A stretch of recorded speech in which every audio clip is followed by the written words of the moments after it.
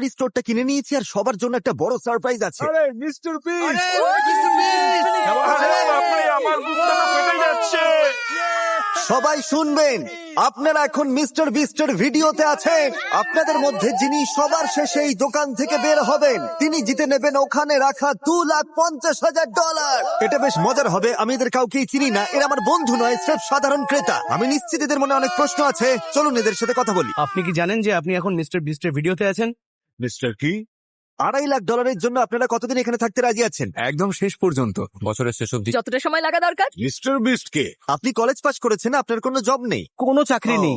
শুনে সত্যিই খারাপ লাগলো, কিন্তু দোকানের অন্যদের কাজ আছে। আমি যদি এখনই কাজে না যাই তবে এর পরে আমার আর চাকরি থাকবে না। আমি এখানে আছি তার মানে আমি সিদ্ধান্ত নিয়ে নিয়েছি। এই যে আমার ম্যানেজার, আমি আচ্ছা, ওনাকে বোঝানোর ঠিক আছে, চেষ্টা কথা করছি যে বলা যাক। আমাকে এখানে ম্যাম। থাকতেই হবে, আচ্ছা, আপনি কি ওকে জেতার সুযোগ দেবেন? ওকে কাজে আসতেই হবে।